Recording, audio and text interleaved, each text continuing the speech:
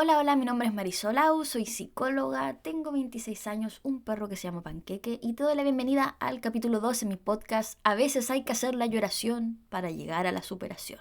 Sí, señores y señoras. El capítulo de hoy se llama, no, en verdad no tiene nombre, pero se lo voy a inventar ahora. ¿Cómo fue que llegué al diagnóstico? Antecedentes de todo tipo. Buen nombre.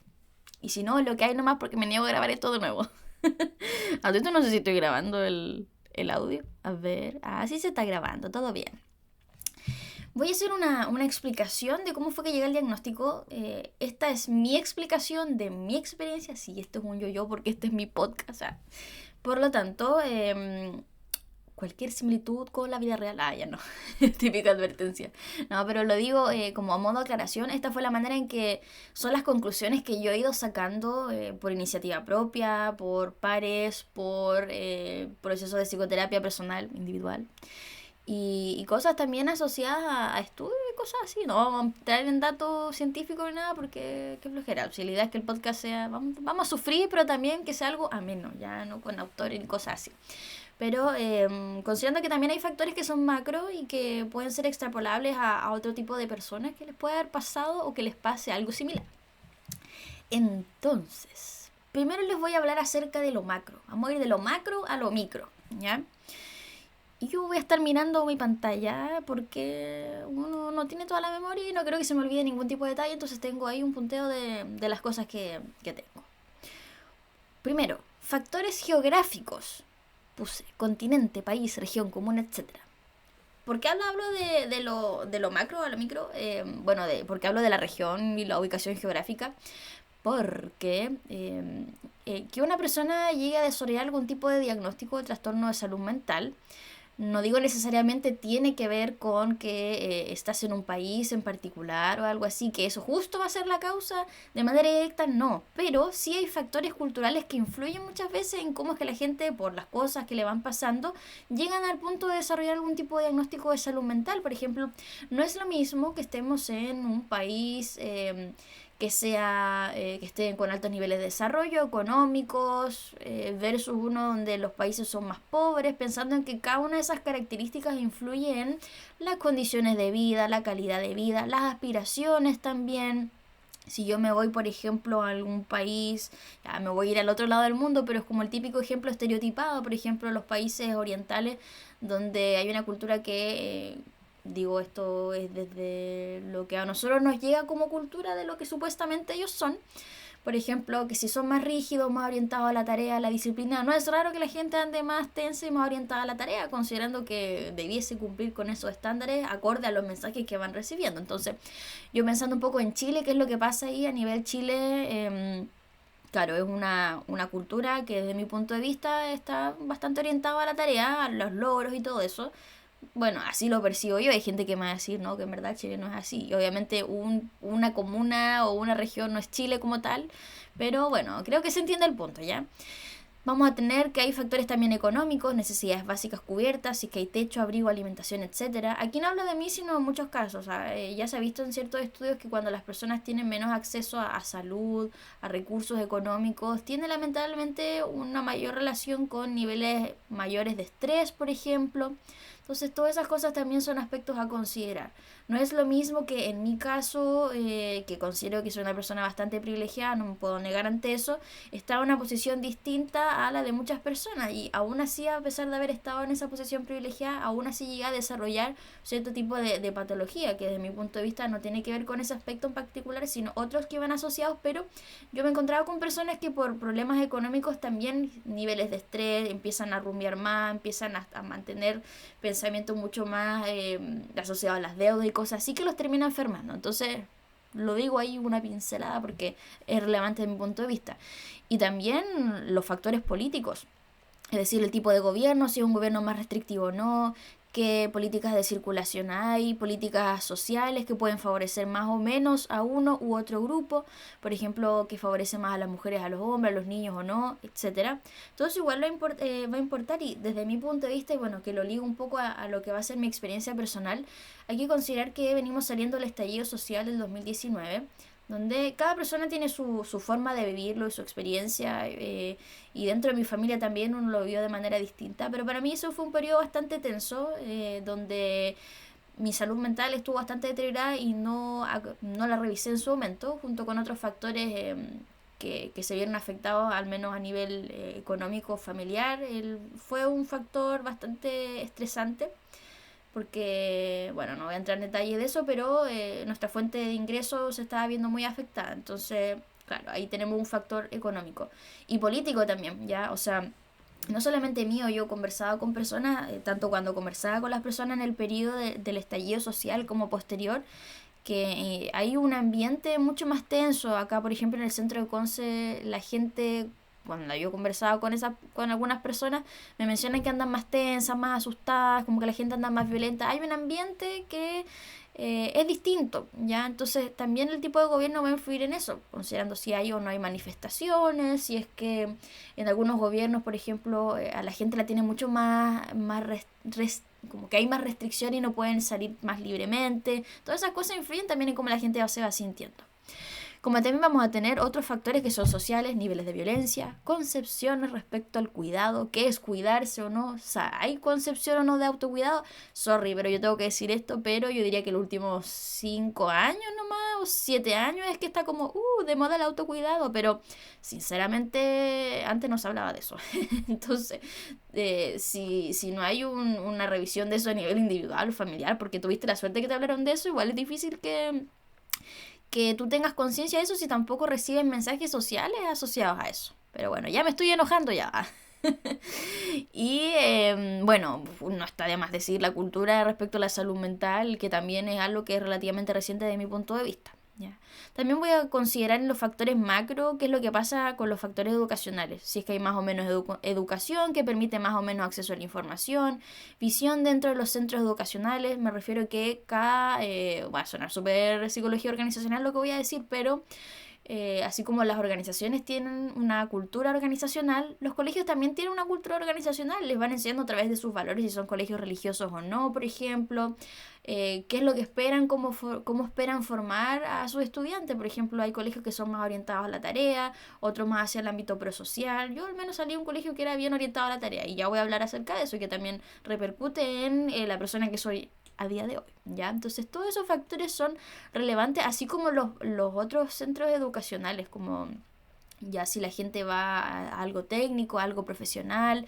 También los centros educacionales, más allá de como de la educación formal como tal, yo también lo veo en los espacios de encuentro de juventud, por ejemplo, si hay grupos de apoyo, si hay personas que están ligados a iglesias, a, no sé, scout, un montón de cosas que también te van enseñando ciertas cosas. Y también los factores a nivel familiar. Ya, yo pongo antecedentes médicos o de salud mental de la familia, si es que hay lealtades o no.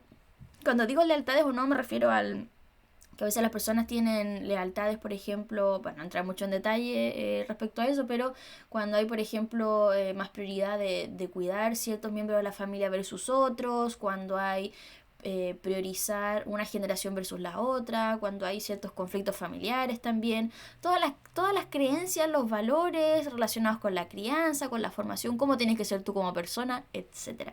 Todas esas cosas van influyendo al final en formarte a ti como persona, junto con todo lo que tiene que ver con el aspecto individual, pues, las vivencias personales, si hay trauma o no hay trauma, el autoconcepto que se genera a partir de ti mismo y de tu entorno, si tu autoconcepto, perdón, es visto de una manera positiva o negativa, todas esas cosas también influyendo, las proyecciones de ti, de tu entorno a futuro, corto, mediano, largo plazo, la profesión que tienes, la edad, las crisis normativas o no normativas. Cuando digo crisis normativas, como el hecho de que la gente nace y muere en algún momento, entonces que alguien se muere a cierta edad es bastante esperable. Crisis no normativas, como por ejemplo que alguien le da una enfermedad que no tenía por qué darle, por ejemplo. Como también la profesión. No es lo mismo las personas que se dedican, no sé, a ver solamente números, que igual puede tener un alto nivel de estrés, donde también tienen personas a su cargo, versus personas que se sabe que hay áreas que son más que otras. O sea, es como en el área de la salud, por ejemplo, médicos, trabajadores sociales, que generalmente salen bien altos en la estadística en cuanto a qué tan mal tienen su salud mental, ¿ya? Entonces, dicho todos estos factores que yo les quería mencionar y que ya se durmieron, ya cambiaron el podcast porque hasta yo me aburría. Me estoy poniendo muy fresadita ahora. Les voy a hablar acerca de mi caso, cuáles fueron esas conclusiones. Primero, parto por la educación preescolar y escolar y todo el tema de la adolescencia. Yo salí de un colegio bastante privilegiado de la región, donde hay factores muy positivos que yo considero como la apertura, iba a decir, la apertura a otras culturas, que fue un colegio, estoy leyendo mi torpeo, vamos a ver si sigo de acuerdo con eso, sí, estoy de acuerdo. Apertura a otras culturas, capacidad reflexiva, hoy me salté cosito. Autocrítica, formación de opiniones, laicidad, que a mí me gustó bastante, valores que a día de hoy respeto como asociados a la libertad de vestimenta, ya, y otro tipo de cosas. O sea, le veo cosas bien positivas al lugar en el que me formé.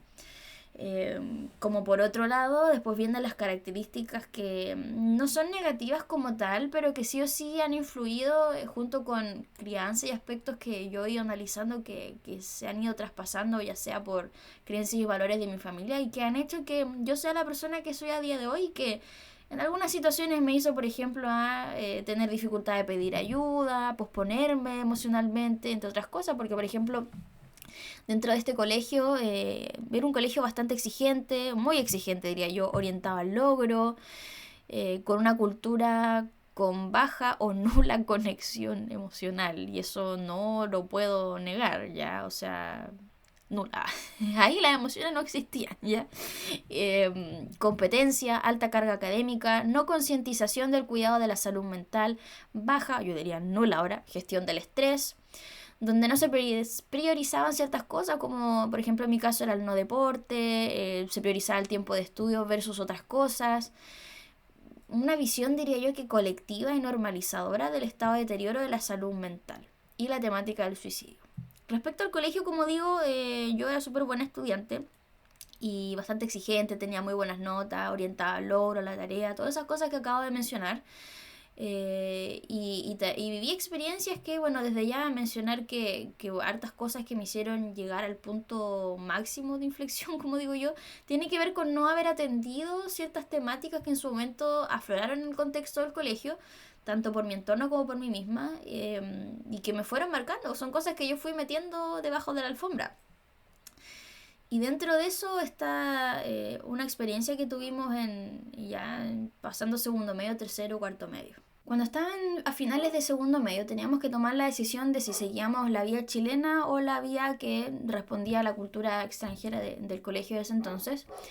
Y yo tomé la decisión de no seguir la vía chilena, sino la otra. Y resultaba que en esa decisión íbamos a estar 2 años, tercero y cuarto medio, preparando una evaluación en particular que yo sabía que iba a requerir harto estudio, harto esfuerzo, y que nos daba la posibilidad de en algún momento poder irnos a estudiar al extranjero, ya sea terminando el colegio o posterior al momento en que uno quiere hacer posgrado y cosas así. De hecho, esa es mi cartita la bajo la manga.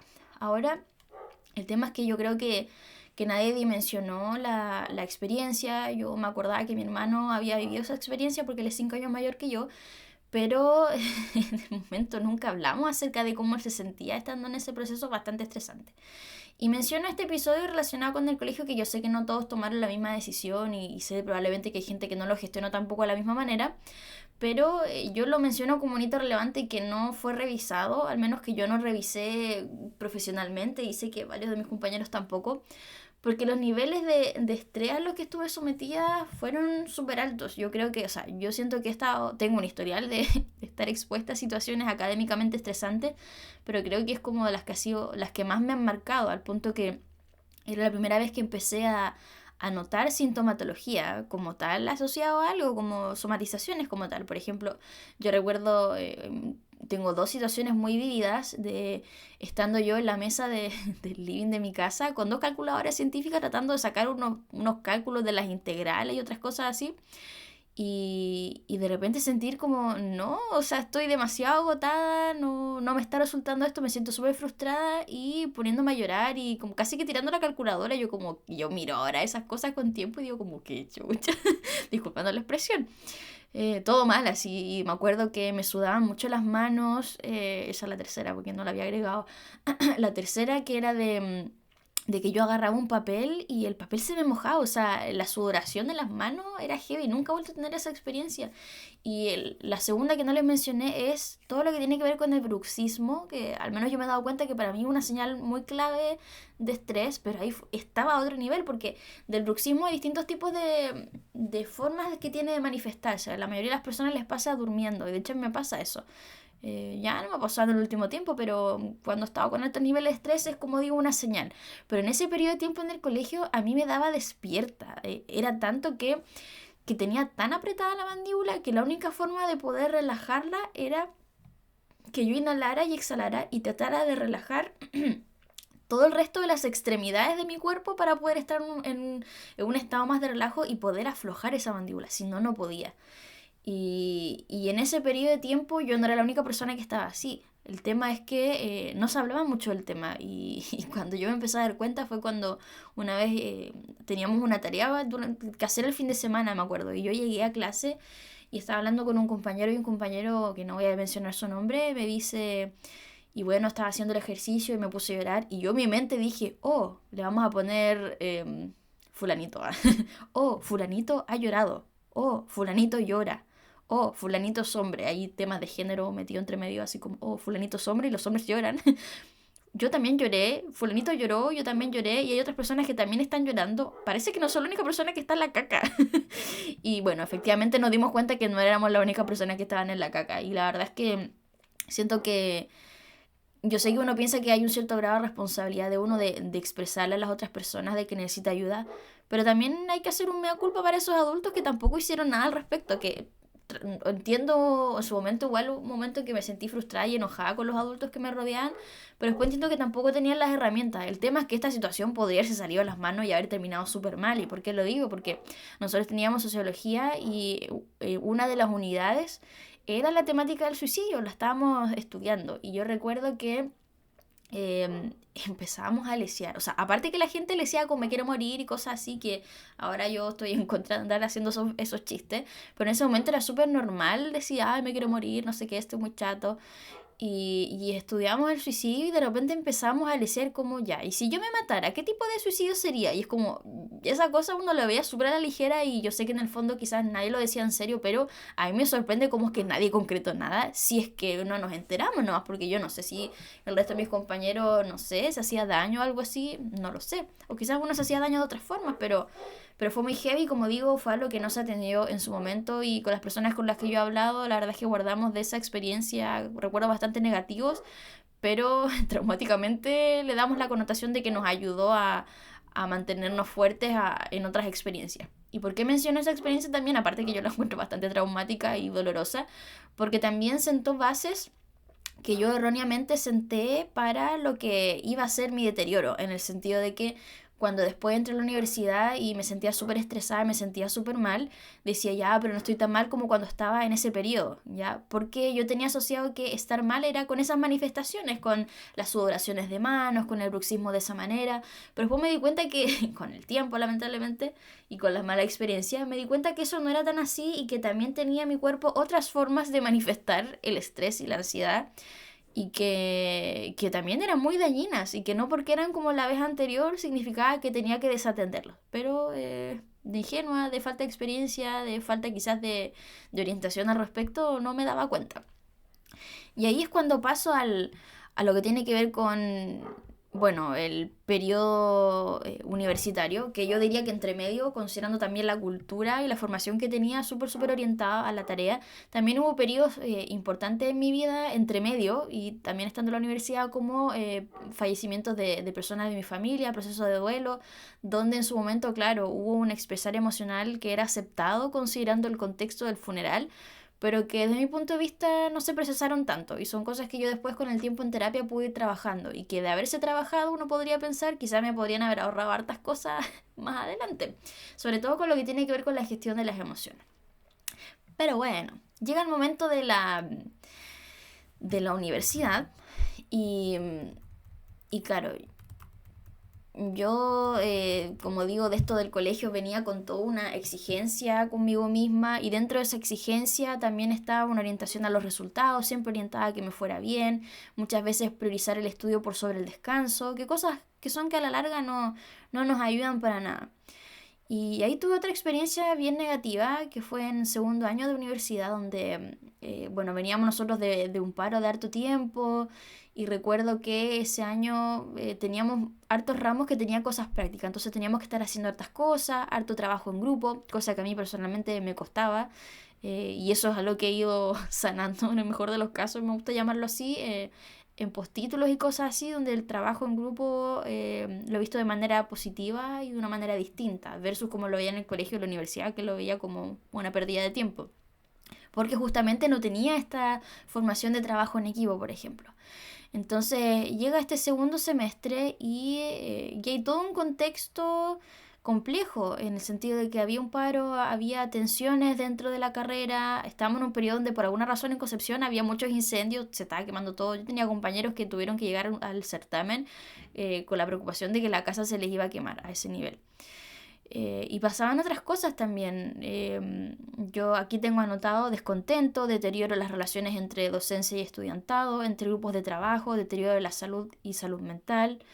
Puse primer fallo y no tener herramientas. Suicidio, desconexión corporal emocional. Pongo todas esas cosas porque en ese periodo de tiempo, y esto es una experiencia que yo le cuento a muchas personas porque aprendí mucho de esto, aunque sea un poco, más que un poco dañino.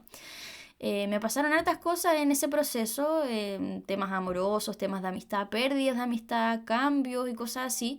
Y todo eso me tenía en un estado súper tenso al punto que empecé a sentirme muy mal y empecé en este sentirme mal a relacionarme con personas que lamentablemente también se sentían mal y que también tenían muy normalizado sentirse mal. Yo diría que una normalización a nivel de curso, también estos comentarios como de, oh, me quiero matar y no sé qué. Algunos profesores que fueron, tampoco voy a dar nombres, que fueron bastante violentos con mis compañeros y también en una revisión de certamen, que bueno, esa otra experiencia que en algún momento contaré, donde también había situaciones que eran violentas y que a mí me repercutían de cierta forma. Y estar viviendo todos estos cambios, estas experiencias que no había tenido, como de cambio y pérdidas de amistad, problemas en el ámbito amoroso, así como primeras relaciones amorosas formales y cosas así, que me tenía muy mal y desde mi punto de vista, yo en ese periodo de tiempo tuve un trastorno ansioso, o si es que no llegué a tener depresión, algo así, porque estaba, bueno, aparte que estaba muy mal anímicamente, porque me estaba echando un ramo por primera vez, ya ahí aparece la autoexigencia, me estaba echando un ramo por primera vez, yo sentía que estudiaba y no aprendía, estaba teniendo problemas para dormir, había perdido el apetito, pero como digo, todo esto que me estaba pasando estaba enmarcado desde la comparación de la experiencia anterior pues, del colegio. Entonces yo decía como, no, si no estoy tan mal, pero no me daba cuenta y no me daba hambre. Y yo recuerdo que, bueno, yo mido 1,64 m, 1,65 m por ahí, y estaba pesando... estaba pesando como 48 kilos, estaba muy muy bajo peso. En paralelo también estaba en una relación amorosa donde la persona con la que estaba de repente me hacía comentarios como de no, no comas tanto, por ejemplo, o como que tendía a hacer comentarios que yo tomaba y que a día de hoy no tomaría ni cantando, por no decir un garabato, que también hacían que me sintiera insegura y me hacía dudar también. Y yo estaba extremadamente delgada y sentía que me veía bien, no era capaz de darme cuenta de eso. No estaba comiendo, recuerdo, nunca olvidé esto porque yo me acuerdo y es como tragicómico, con una de mis mejores amigas y una persona que ya no es mi amigo, que estábamos almorzando un día en los pastos de las facultades sociales y no teníamos hambre, no teníamos hambre, pero nos pedimos una ensalada del Tokyo Bowl y me acuerdo que estábamos comiendo y nos pusimos a llorar. Y yo me acuerdo de llorar y mientras trataba de comerme esa ensalada y lloraba y era porque lloraba porque no tenía hambre y lloraba también porque soy una persona que le encanta cocinar y le encanta comer. Entonces, de verdad me estaba sintiendo muy mal y me daba mucha pena el no poder comer porque sentía que no podía, pero que al mismo tiempo me estaba obligando a hacerlo porque sabía que necesitaba tener esa energía para poder rendir el resto del día. Pero era muy doloroso y me acuerdo que todo lloraba y fue así como... ¡ah! Ahora uno ve y como con distancia y es como... ¿Por qué estaban así? Es muy grave. Y también empecé a notar otros cambios en mí. Aparte de que sentía mucho cansancio, que tenía problemas para dormir, me quedaba dormida, me sentía como con dolores físicos también, no tenía mucho ánimo y lo peor, y es como cuando yo le digo a las personas, y aquí me voy a poner bastante seria, cuando yo le pregunto a las personas acerca de cómo se cuidan en terapia y todo lo que tiene que ver con intentar hacerse daño o atentar contra su vida. Nosotros estamos acostumbrados a hablar acerca de las cosas que son evidentes, aquellas cosas que son evidentes como que la persona se hace autolesiones, planifica o intenta atentar contra su vida, pero hay otras cosas de las que no hablamos, como por ejemplo cuando hay una desconexión entre lo que yo estoy sintiendo y mi cuerpo, en el sentido de que a mí me pasó que en ese periodo tan complejo, me demoro en decirlo porque hasta el día de hoy me impacta como haber vivido eso, que tenía una desconexión tan grande con mi cuerpo que yo iba, o sea, yo iba por la calle, caminaba, no me fijaba bien al cruzar la calle, no me importaba si me atropellaran a ese nivel, o sea, es muy grave, o sea, porque ahí hay como digo, una desconexión tan grande que no eres capaz de darte cuenta de que estás exponiendo tu vida en esa situación. Y me acuerdo también que teníamos muy normalizados estos comentarios de, ay, no, si me mato, que ahora uno ve como, en verdad, no hagas esos comentarios y si lo estás haciendo y es por algo, en verdad, hazte ver, pide ayuda y busca tu red de apoyo. Pero recuerdo también asociado a eso eh, que era tanto, yo me estaba echando este ramo y era tanto el agotamiento que yo decía, bueno, si total, si me atropellan no va a ser mi culpa. Yo decía, no va a ser mi culpa faltar a clase. O sea, mira la estupidez que yo decía en ese momento, pero de verdad para mí era, si me atropellan es algo que escapa de mi control, no es mi culpa que yo falte, entonces voy. Siendo que en algún momento no fui la única persona, no sé, que por el tema de los incendios parece que había algo en el agua y me dio diarrea, cosa que hizo que adelgazara más todavía, y otros compañeros también me contaron que tenían diarrea. Y en una clase yo casi me desmayo, o sea, mi amiga me tuvo que ir a acompañar a la vice en ese entonces de lo de Conce, y, y era tanto mi nivel de desconexión de toda la situación, estaba tan exigente conmigo misma, la importancia de rendir, rendir, rendir, que me vas a creer que rechacé una licencia médica. Y ahora lo digo así como, güey, ¿qué está ahí pensando? Ah, que tenía en la cabeza. Claramente caca. Entonces, son cosas que yo en mi cabecita decía, ya, pero si no estoy tan mal. Y estaba muy, muy mal. O sea, yo diría que de los peores periodos de mi vida. O sea, y en paralelo a eso, y que son otras cosas que a veces las personas no hablan, también tiene que ver el tema del carrete y el consumo, ¿ya? Yo en general soy una persona bastante tranquila, no carreteo casi nunca, una vez a 1500, me tomo mi vinito y todo, pero en ese periodo de tiempo igual hubo muchas conductas de riesgo que nuevamente todos normalizábamos o que no había nadie que dijera como, oye, ¿qué está pasando contigo? Esto no está bien, porque estábamos todos en la caca, estábamos todos en la misma. Y me acuerdo que en eso nos juntábamos a hacer trabajo y trasnochamos, yo nunca trasnoché, pero en ese periodo se me ocurrió la maldita idea de trasnochar, cosa que era peor todavía. Y después carreteamos y tomábamos alcohol y hay que reconocer las cosas. Y en una clase fuimos con caña y en una clase fuimos curados a ese nivel. O sea, a mí me da vergüenza decir esto porque hay gente que diría, hoy nunca imaginé que ella lo iba a hacer y en verdad sí lo hice. Y es como, porque obviamente no había una conciencia real. No me arrepiento porque igual lo hace bien, pero claramente le hizo mucho daño a mi cuerpo y son cosas que ahora conscientemente no haría porque me expuse a muchas situaciones de riesgo que no se las doy a nadie. Entonces es súper loco que yo dentro de mi cabecita, como digo, tenía este marco de comparación con lo que había sido mi experiencia del colegio. No estoy tan mal porque la otra vez estaba peor, pero era mentira, ¿sabes? Esta vez estaba mucho peor, o sea, realmente exponiendo mi vida a full. Entonces, por eso yo también en terapia les digo a las personas como, ojo con comparar cómo estuviste en el pasado, que las experiencias del pasado nos sirven como forma de conocernos, pero también entender que a veces el cuerpo y la mente puede reaccionar de manera distinta y no por eso tenemos que desatender eso. El tema es que ahí en paralelo, bueno, también hay hartos análisis y me da culpa que uno hace, como el que estaba todo muy normalizado, que también las personas que me rodeaban no se daban cuenta, personas, por ejemplo, mi familia y todo, que no los culpo, cada uno estaba en sus temas, probablemente hay personas que podrán culpar y dirán, ¿dónde estaban los padres de esos hijos y todo? Y es como decir, bueno, un tontón grande ya, como para que te estén controlando y todas esas cosas. Pero también es verdad que igual podrían haber puesto un poco más de ojo. Yo recuerdo que mi mamá sí se dio cuenta. Mamá y papá, si escuchan esto, no quiero que queden como malos padres, tampoco quiero que sufran, pero las cosas como son, y aquí estoy hablando sin filtro. Y bueno, y es doloroso todo lo que estoy contando, pero bueno, es una advertencia porque muchas cosas que yo no les he contado y que ellos no saben y ahora se van a enterar. Pero por ejemplo, yo recuerdo que mi mamá se dio cuenta del tema de la baja de peso cuando yo me estaba sacando la ropa para bañarme, y ella pasó y como que me dijo, Mari, se te notan las costillas. Y yo en verdad no me había dado cuenta, y ahí como que recién lo empezó a problematizar. Y bueno, ahí después cada uno hizo sus cosas y bueno, esas cosas son más personales. Pero la cosa es que, como digo, tenía esa primera experiencia que no abordé. O sea, la abordé en el sentido que, ay, ya después terminé el semestre, asumí que me había echado el ramo, después di el ramo, no, fue lo mejor que me podría haber pasado porque aprendí un montón. Ese verano me fui de vacaciones con mi amiga, lo pasé chancho, se me pasó, la.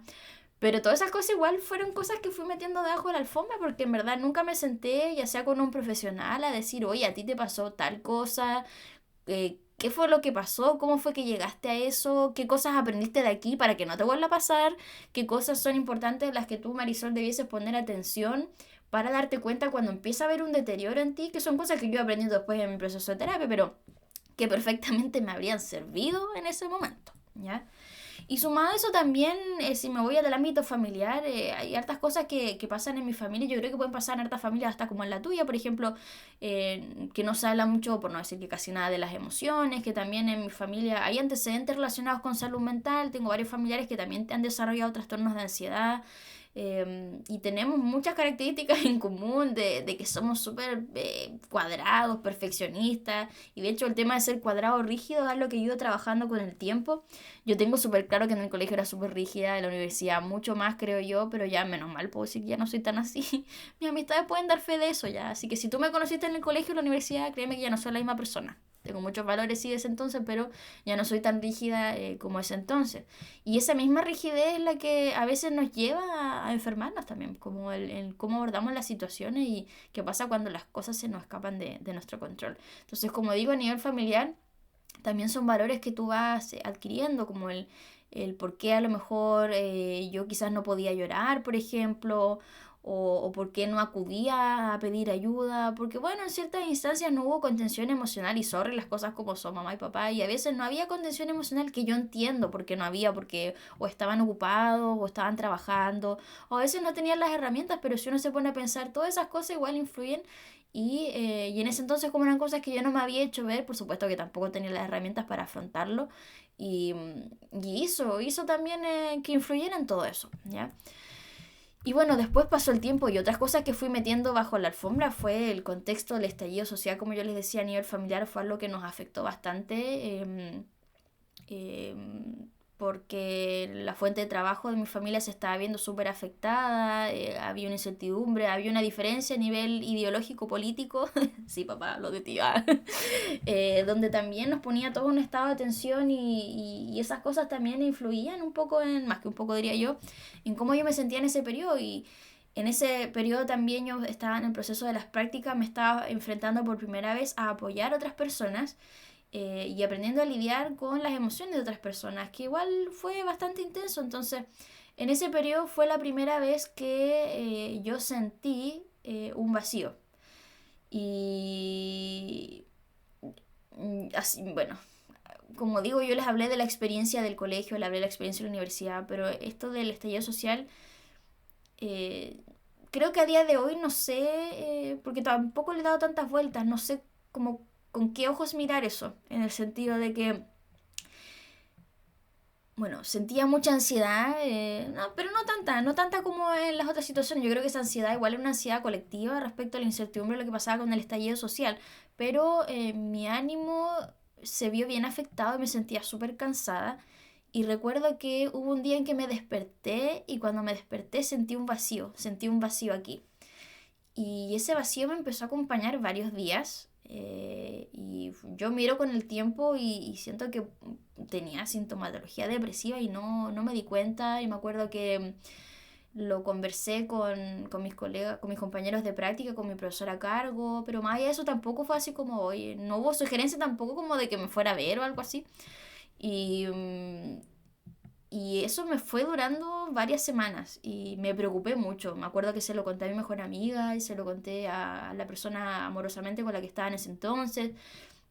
Y ese vacío lo encontraba súper cuático porque me despertaba y era como en verdad no quiero levantarme, o sea, era muy heavy y de hecho yo en ese momento como que igual le tomé como harto respeto a esa sensación. Entonces, yo a veces cuando trabajo con personas que presentan diagnóstico de depresión mayor y cosas así, y me cuentan que sienten ese vacío, yo te juro, pero te juro que te entiendo. O sea, yo sé que cada sensación es única, acorde a cómo lo vive cada persona, pero cuando yo sentí ese vacío, de verdad tuve mucho miedo, o sea, porque era una cosa que yo nunca había sentido y era, no sé, es que yo creo que si tú no lo has vivido es difícil, perdón, explicarlo, pero la sensación es muy extraña y yo decía, esto siente la gente que tiene depresión y lo encontré súper fuerte. Entonces, como digo, ahí fue algo que tampoco me hice ver, tampoco nadie me dijo, yo hago mea culpa y digo, ya a esa altura debiese haberme visto como pensando que estaba terminando la profesión, pero tampoco se me ocurrió, tampoco a las otras personas que estaban a mi alrededor tampoco se le ocurría, porque también tenía muy normalizado que estuviéramos así, entonces también hubo parte de eso. Y bueno, después en ese periodo fue en el que yo adopté a Pancake y ahí me cambió la vida y se me pasó. Se me pasó esa sensación porque después empecé a tener un motivo por qué levantarme todos los días y que era cuidar a mi perrito y todas esas cosas. Pero nuevamente no lo abordé como debiese haberlo abordado desde mi punto de vista. Pasa eso y bueno, yo termino la profesión, alcanzo a trabajar un día presencial y después llega la pandemia y bueno, pandemia, pues, o sea, empezando a trabajar con toda la incertidumbre que la gente se podía morir, que la gente se estaba muriendo, que tengo familiares que son cercanos al ámbito de la salud, o sea, más que cercanos de manera directa a la salud y que, o sea, mi hermano como yo le dije es médico, también estaba esa preocupación de que, ¿qué pasa si se contagia y se muere y su pareja también y ellos estaban en otra ciudad, entonces era como súper heavy, yo estaba trabajando de manera online y tenía personas que se le habían muerto, no sé si eran 6 en la familia, se le habían muerto 4 miembros de la familia, o sea, era un exponerme a la vida real, pero además en un contexto bastante catastrófico, entonces todas esas cosas de alguna manera lograba gestionarlo y creo que lo pude gestionar bastante bien, pero me pasó que en ese proceso de la pandemia y del encierro, me di cuenta de hartas cosas a nivel personal y tomé la decisión de terminar una relación que reconozco que no terminé de la mejor manera porque tampoco fui lo suficientemente honesta. Entonces, en ese proceso honesta me refiero a los motivos reales de por qué terminé, porque no sabía muy bien cómo abordar la situación. Había un tema de expectativa, yo ya no quería estar con esa persona y se me hacía súper complicado terminar porque estaba tratando de pensar por primera vez en mí. O sea, tuve el privilegio de estar tranquila, encerrada en mi casa, sin que me faltara nada. Era el primer momento en que yo sentía que me estaba centrando en mí y en mis necesidades. Y ahí me di cuenta que ya no quería estar con esa persona. Y me pasó que, claro, cuando llega el momento de terminar con esta persona, la persona se lo tomó súper mal. Yo entiendo que cada uno vive las cosas de manera personal y puedo llegar a entender por qué esta persona reaccionó como reaccionó, pero de todas maneras no fue para nada positivo para mí. Ya, desde ya mencionar que yo en la relación viví proceso de duelo como tal.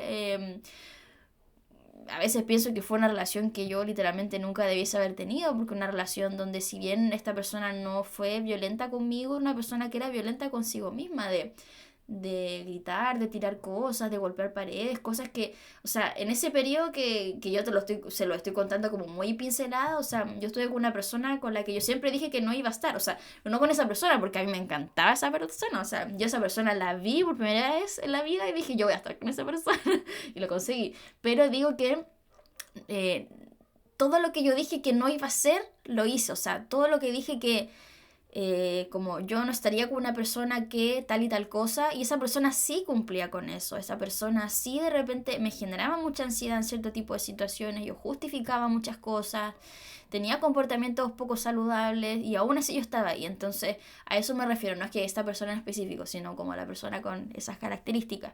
Entonces, bueno, termina esta relación, pasa el tiempo, conozco a otra persona que fue una persona que me acompañó durante todo el proceso del diagnóstico y una persona a la que siempre voy a estar agradecida.